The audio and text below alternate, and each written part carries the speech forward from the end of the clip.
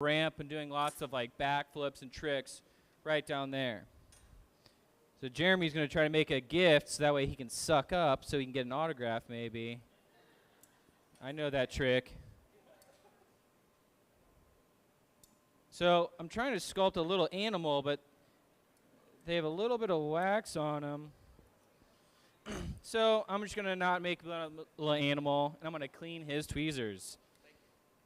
Usually right at that moment, I would sculpt a little horse in about 60 seconds, but if you have wax on these tweezers, it's like trying to grab something with cooking oil or motor oil in your hands, kind of slips out. So I'm going to pass the torch on to Jeremy while he gets started. I'll do a horse later this evening. Somebody want to start the wheel? Do the first front wheel. I'll make funny and come in and funny it up. So with this demonstration, we're going to be sculpting glass, and I'm just going to say right now it's very difficult to narrate for sculpting glass. It's a lot different than blowing. Whenever I'm doing a narration for like a vase or a bowl, it's fairly simple because we just have these steps and the same procedures, because I can take the shape of round shape and transform it into a nice vase. I can take it, make it into a bowl, a goblet. So it's all these kind of very simple steps. With sculpting, though, it's a lot of different steps. It's like, oh, he's pushing it this way, he's pulling it that way. So I think I just heard Jeremy talking about sculpting some of the wheels to get started. Yeah, there's going to be little pumpkin wheels. Little pumpkin wheels. I'm digging it, getting it with the season, getting a little weird. So we always like to, for these demonstrations, kind of fly by the seat of our pants, you could say, kind of just making it up as we go, but that's kind of the fun, the improv of glass blowing. So over here we have a reheating furnace. We call it the glory hole. This right here is our garage. This keeps our glass around 1,000 degrees. This thing is around 2,300 degrees, much, much hotter. This garage at 1,000 keeps the glass warm, hot enough not to crack or break, but cold enough not to move or slump. If the glass is at 1,100 degrees, if we had a rod of glass, at 1,100 it would slowly start to kind of droop. At like 960 degrees, to be exact, the glass will not move at all. We have another reheating furnace over here as well, just so that way we can kind of sculpt multiple pieces at once. So it might get a little chaotic. I can already seeing it go that way, so it'll be even more fun. Usually the most entertaining glass blowing is the chaos, especially when you see something fall on the ground. It's this great moment where you just see every glass blower go wide-eyed and panic, trying to pick it up with little pieces of wood. So we're going to do goblets for the in-between demos, and then 9 o'clock's going to be a pumpkin hot air balloon. Oh, wicked. I like that. I like that. So Jeremy's just kind of giving me a queuing up. So for the first demo, we're kind of just going, having fun right now. They're all kind of just making this thing. We'll be creating a sculpture, this bike sculpture. In between that and our next demo, the next demo is at 9 p.m. At 9 p.m., we'll be kind of making goblets kind of in between. So definitely like bounce around the gallery and check everything out. And then at 9 p.m., we'll be creating a big pumpkin balloon, hot air balloon. So, has anybody seen glass blowing before? Show of hands. Wow, so a lot of people have not seen glass blowing. So welcome to Third Degree, and if this is your first time seeing glass blowing, it's pretty amazing. I first came to Third Degree when I was 15 years old, and I took a glass blowing class, and I fell in love with it. Believe it or not, that was 17 years ago. So I've been doing glass ever since. So I got started here just kind of making paperweights. If you go in the gallery, like the rhino and the giraffe head, that's some of my work. So if we stop turning this 2,000 degree molten glass, what happens? It falls, it drips. So the whole time we're gonna have to turn and kind of move this glass without having it fall on the ground. You can still see it's sagging because it's so hot right there. A 2,000 degree glass, what do you think is gonna happen if I grab this? Ah! Nothing. So it's so thin it cools off instantly. Ugh. And it's also very bendable. With like fiber optic cable, you know, they'd have like a big silo essentially, and they're kind of dripping strands of glass, getting it very, very thin. That thick area, though, it's still retaining that heat. You can hear it, listen. So that's a thermal shock, a drastic temperature. Just like dropping your ice cube in water, it snaps, cracks, and pops. The glass will do the same thing. So we use this to our advantage. Throughout this entire time, notice that Jeremy, Chris, Ethan, and Lean are never directly touching this medium. They use metal, wood, and paper as extensions of their fingertips. So this is inherently one of the most difficult art forms to do. We're always trying to balance the centrifugal force and the gravity, kind of using them to our advantage. We got the Crinians in the house. Let's give them a round of applause. So, if you guys have any questions, comments, concerns, snide remarks, shout them on out. You can also raise your hand if need be. But take all the photos and videos you want. My friend Jeremy is extremely photogenic. Oh, is that a wheel? It looks like, what color is that? Black. Black, like my soul. So, the black kind of is a different example. Whenever the glass is hot, they change colors. So if it's a yellow glass, it's going to look orange. If it's orange, it kind of looks red. Red kind of looks brown. And aqua turns green. It's just because the glass is very hot. It's undergoing what's called a red shift. So it's shift with an F. So the red shift is like a blacksmith. You know when they pound on orange steel, it's not orange steel, it's glowing orange. Same concept. So this is not orange glass. This is clear molten glass. It's just so hot it's emitting its own light. So the colored glass is the same exact thing as the clear glass, except the companies that we buy it from, they add certain metals and metal oxides. So this furnace is full of 300 pounds of clear molten glass. When you go out there, you'll probably see these big white flower pots. Those are our old crucibles. So the companies will throw in like a little bit of cobalt oxide. I'm talking like 5 milligrams or whatever of cobalt oxide. Will turn that whole pot cobalt blue.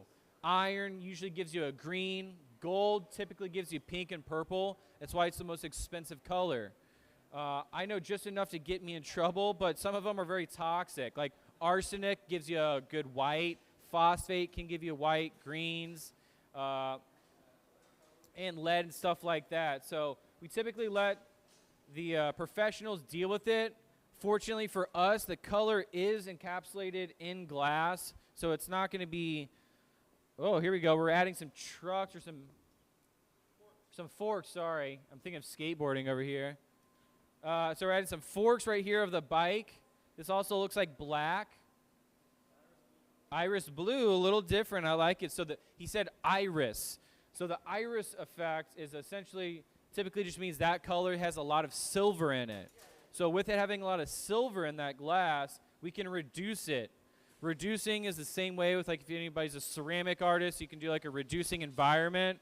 You're essentially starving it of oxygen and taking the silver oxide out, and by doing so, you're bringing the silver to the surface, making it metallic and look shiny, like a luster.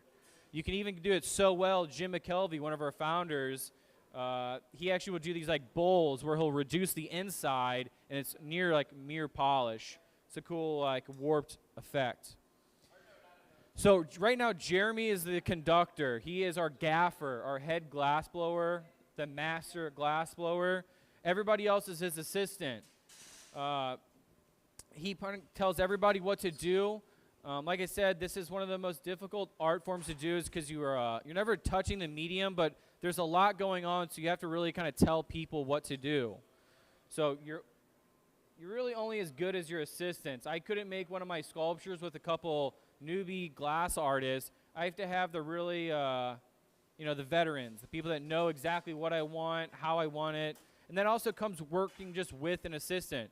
Jeremy and myself work together quite frequently. We've worked together for 10 years probably now.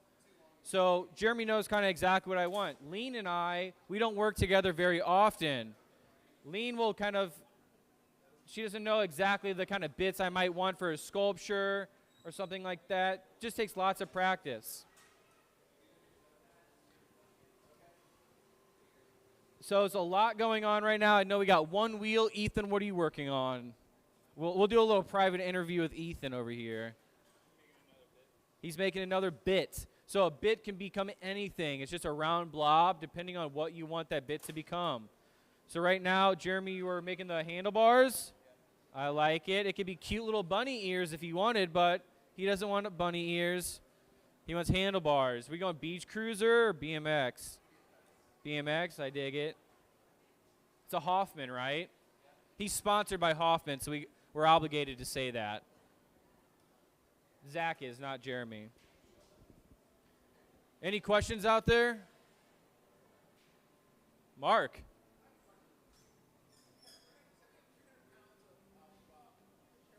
Yep.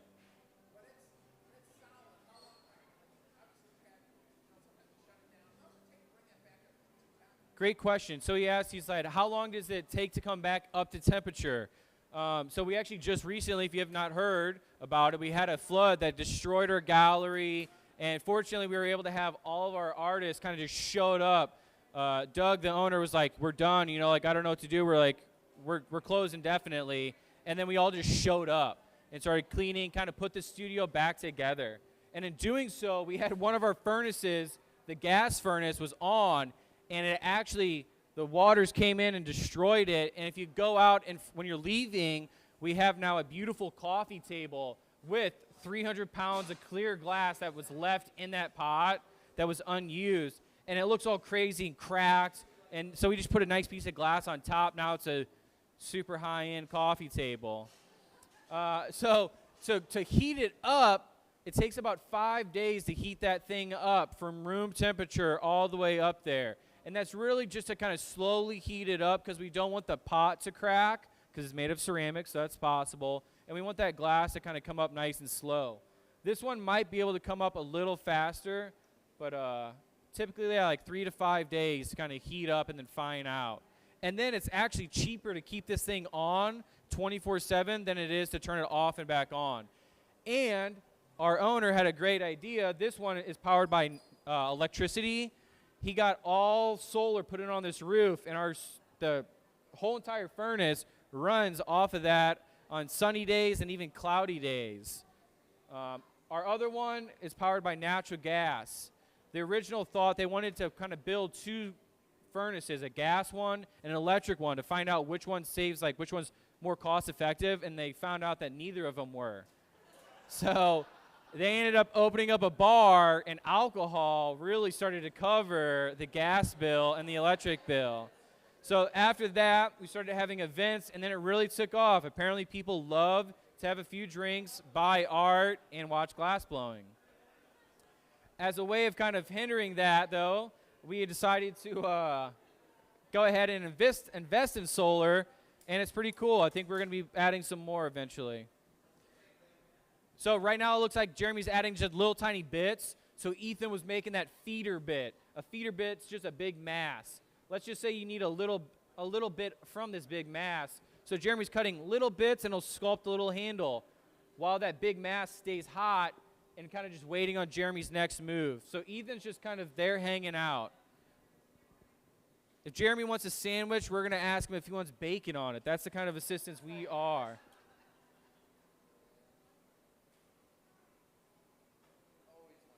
I'm digging it, Jeremy. It's looking pretty cool. So you notice it's kind of glowing this slight orange. It's this kind of dark, rusty orange. We can tell a lot about the glass by the way it feels and looks.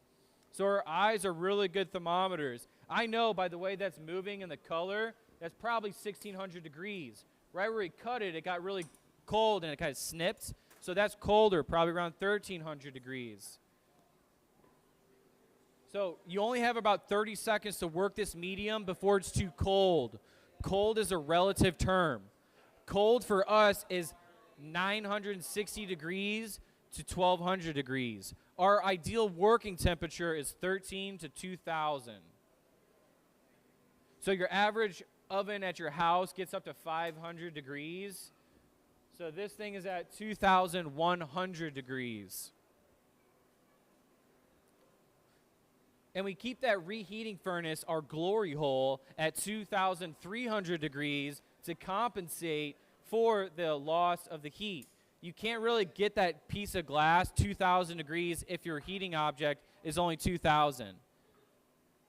So it gets pretty white hot. That's why we have these heat shields. And if you notice, these are actually kind of got this green tint, right? So this is actually a welding shade 3. It blocks any of the UV rays from our eyeballs, because you can develop something called glass blowers cataracts from this. Typically, we'll always wear safety glasses, so that's kind of always a must in the studio. I think I got some clear ones over here. Oh, we got the 2 cutest girls in the studio. And the cutest dad, too. That's John Biskin. He's another one of our hardworking glass artists. So John's artwork out there, he's got this beautiful wedding ceremony piece that's a really big hit for couples and then people that just like art. But it's a nice kind of double helix kind of shape out there. So that's some of John's art. He's also got quite a variety of vases, pumpkins, and sculptures. I would point out more of them. However, a lot of them got lost in the flood. So that just means we got to make a lot more. Gives us an opportunity.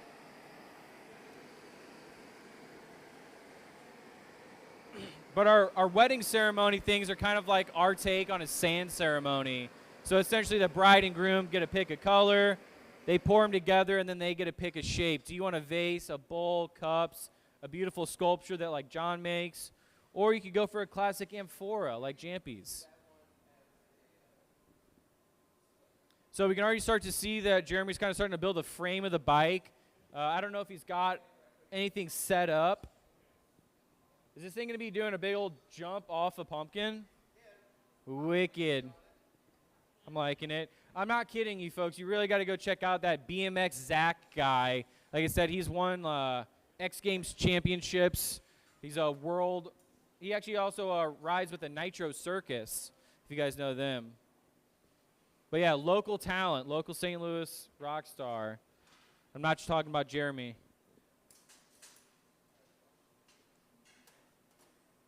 Looking pretty good. Do I get this one?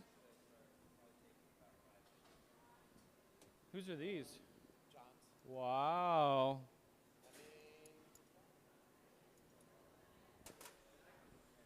Are there any questions out there?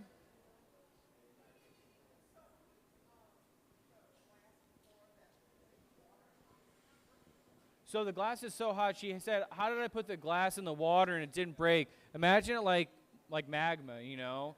You're kind of like, you're putting it in there and it's molten, it's gooey, so you're literally cracking. There's a pattern. I have a few pumpkins where you can take the glass and you roll it in a glass powder, like literally like talc powder, right? Gives it a thin, even coat. I get this glass as hot as I can. I dip it in that water. The middle is like a Snickers bar with a caramel in the middle. It's still gooey, right? The outside cracks. I can then blow into it, and it expands, and it looks like tectonic plates, you know? It kind of gives that crackled effect. So that glass is still so gooey and hot in the core, it's not going to break off. It can if you do it too much. Like, you can also do like a cup, where if you want it to look like a cracked cup, you can dip in the water and then finish it. So, but sometimes if you do it a little too much and like catch an air bubble, it'll pop. So if you're quick with it. And also this tool, just because we're right here, you might see it's a little bit of water spitting up. So this is what we call a pipe cooler. It cools the pipes. So the pipes do get very hot. Right now we got a very full pot. But you can see that Ethan's only holding the pipe so far up right in the middle. Anything above his hand gets very, very hot. You could burn yourself. Literally, it's kind of crazy because you'll be holding it right here. And then right here, you could burn yourself very badly. So it's funny that it's just an inch away, you know? No, it's just regular room temperature. Sometimes when it was really hot, that water it was like 110 degrees in here, so the water was 110. So I did take some ice and I threw it in there because I'm like, it's not even cooling it down. And people always ask us if we get burned, and you do. You know, you can see on my arms some like pink patches, my missing freckles. But, you know, typically you get cut more than anything. Glass is the sharpest natural material in the world. It gets to the thinnest micron. So a lot of times you'll cut yourself and you don't even see it and you're just sort of leaking. But yeah, you definitely do get burned. You lose a lot of the feelings to your hands and stuff like that. You get a superpower. You can take bagel bites out of the oven at 400 degrees, and then you eat them and you burn your mouth.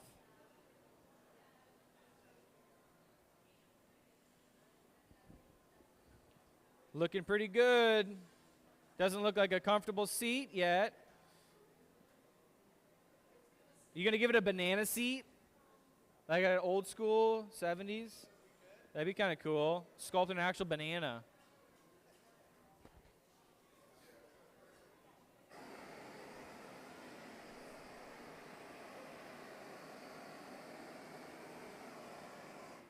You see how it got shinier? So it got shinier because it's that reducing environment. That's just a gas flame. It's sucking in air naturally via the Venturi effect. So that flame is like, it's hot but not super hot. So it's keeping the piece warm but not so hot that it's going to manipulate on them. It's in that kind of Goldilocks stage. Need anything, Jer? Perfect. Any other questions out there?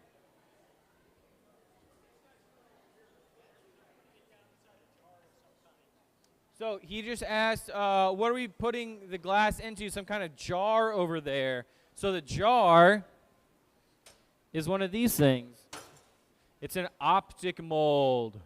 Ooh, ah. Yes, there we go, folks. So this messes with the optics. You can see right there. So it's giving it a texture, but it also creates concentrated lines of color. So this mold can also do quite a few designs. It seems kind of counterintuitive. So it leaves these concentrated lines of color because the glass has a memory. It remembers everything you do, good or bad, never forgets, just like our moms. So if we put it in these kind of concentrated lines of color and then you melt away that texture, it's still going to have these vertical stripes. I could then further that by twisting said stripes, making a nice even spiral. Then I can take that spiral, go back in that mold, and then I get this kind of crisscross like fishnet pattern. Check that out. We just applied that last little tire. So notice this entire time, Jeremy has not stopped turning. Can't stop, won't stop. Rockefeller Records.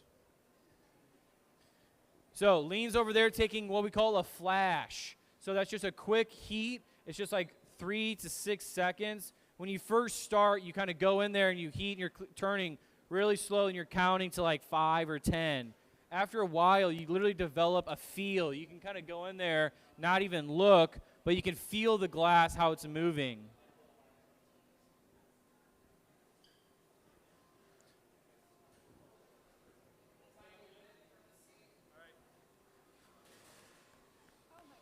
Scare you? Chris,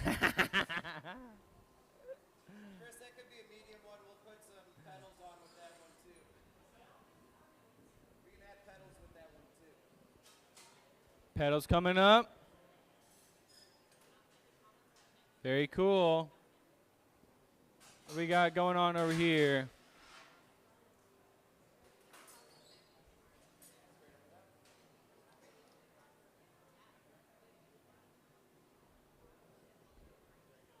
Oh, wow, Jeremy's getting real into the detail. Jeremy has 2 cute French bulldogs, and he rides around on his bike with them like E.T. He's got one of those baskets. It's pretty adorable. He's on the back. Way to ruin it, Jeremy. You just gave everybody all this hope with this adorable image.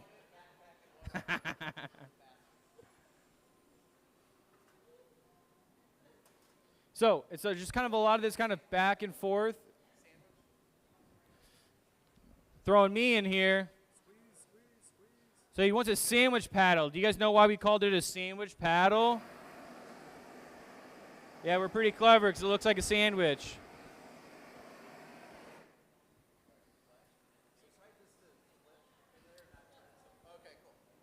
So I'm going to go over some of these glass blowing tools real quick while they're kind of jumbling around. Pardon me. So these tools are actually really cool because they've been around for as long as glass, essentially. So does anybody know where glass blowing was started? Nope. Nope. It's all right. Nobody actually knows.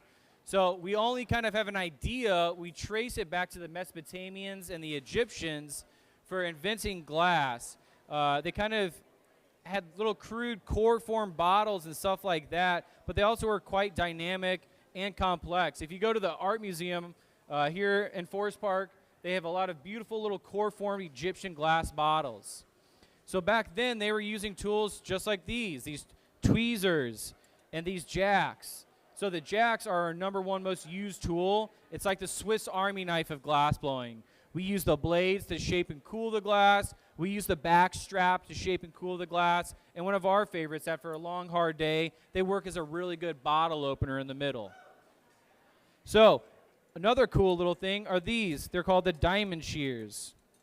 So diamond shears are really nice because they close to one particular dot or a little termination point. I forget the exact date, but I just took a class at the Corning Museum of Glass, very prestigious studio, and a gentleman by the name of William Gutenrath was talking about how they know when they invented the shear for glass blowing, that is. And they were able to tell the year. It was something like 1,200 years ago or 1,300 years ago, because glass for the longest time didn't have any cut marks. Then all of a sudden, all these little cut marks were on the glass, so they know someone had to have invented the shear, and they attribute it to a sheep shear. They think that they just took like a sheep shear because they look very similar to that.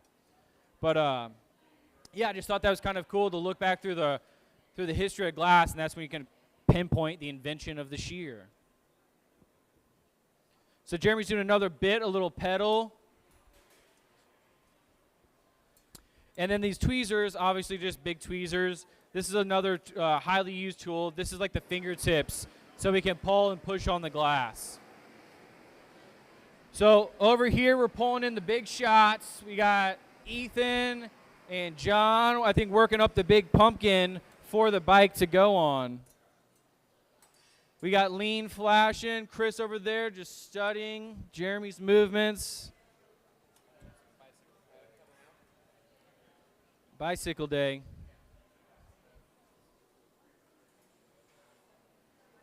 All right. So Lean's taking flashes.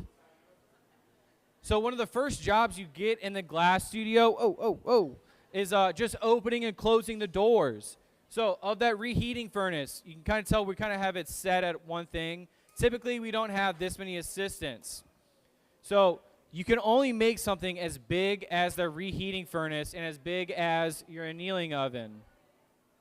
So if that reheating furnace gets too cold, we got a guest blower. She's got to finish her crackers first. Blow. You got it. This is John's little daughter coming in for a celebrity blow. Let's chant, blow. Which one is this, John? Everly? Good job, Everly.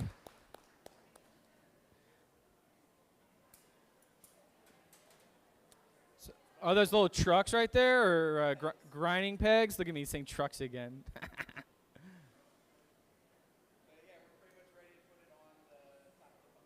Groovy. So yeah, so one of the first jobs to get in the studio is just opening and closing that door. It's the worst job, but I always kind of volunteered to do that when I was a little kid because I'd do it for free, because you're essentially getting a free lesson. You're watching two highly skilled artists work, and all you got to do is open and close this door. It sucks. It's a really bad job because you get really hot opening and closing a door all day, but instead of paying hundreds of dollars for a lesson or rental time, you're getting a free show, you know? So you're just watching this artist work. Maybe you get called in to take a heat. That's always very amazing and scary to lift up an artist's piece and try not to hit it. I've definitely worked for Jeremy long enough where he's making one of his really big sculptures, and I think I'm all big and tough, and I go there in a flash and I'm taking it out, and it's so big and heavy it literally snaps out of my hands and slaps on the ground, shatters everywhere. And Jeremy's like, all right, let's just start over. So it's kind of the determination. You get kind of used to it. Everybody was like, weren't you so distraught when the flood happened and destroyed all your artwork? And It honestly was, but it didn't really hit me because I'm just so used to everything always breaking. Like right at the very end, you got a beautiful piece, boom, it breaks. You're cold working it. It's already done. It breaks. Oh, you're bringing it to the gallery. You trip and fall. I've done it. It breaks. So it kind of sucked, but it was just like almost like happy. It's like, all right, time to make more art, you know, new stuff. So it looks like we're getting pretty close. Looks like John's over here doing a lot of blowing. So before Jeremy breaks it, we're going to give a little walkthrough of the bike. You can see it's still moving. He's having to flip it up and down, up and down.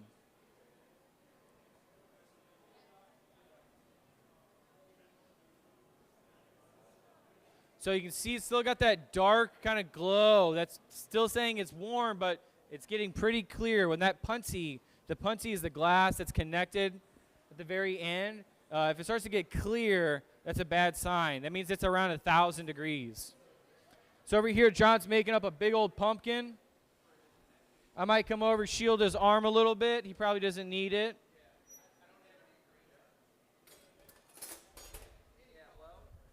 So he's having Chris inflate the piece while he's paddling the bottom of this pumpkin, kind of making a nice kind of round gourd for us.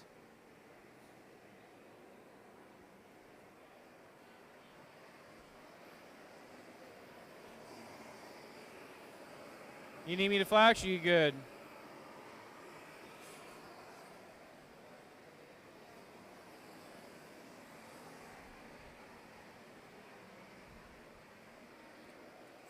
Woo! Any questions out there? Great question. So he's asking what's in these trays. So you notice Ethan right here, he's rolling in these aluminum trays. These are literally just like feed scoops, I believe. Jeremy, I'm ready whenever you are. Okay. Ethan's got the blue bit. Are you going to knock it off on that? Yeah. Do you want me to knock it off now? These are just holding colored glass. I'm going to go over this in a moment. This is just broken up shards of glass. It's one of the methods we can apply color. Glass is so hot that it just sticks to itself. But this is a pretty cool part. I don't know what's going to happen, but I know it's something intense is going to go down. Oh my gosh, Aaron Quigley even showed up. We got a lot of stuff happening. Called in the big guns. So looks like John's knocking off a pumpkin. And now I think we got the stem coming up.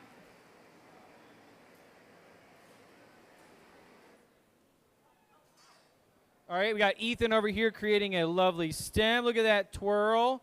You're gonna do a little loop-de-loop. We got a little piece of copper tubing.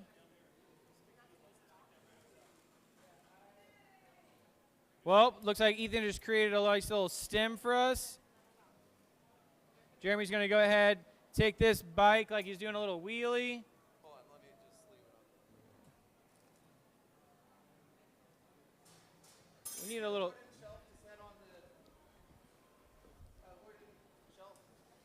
So I'm going to go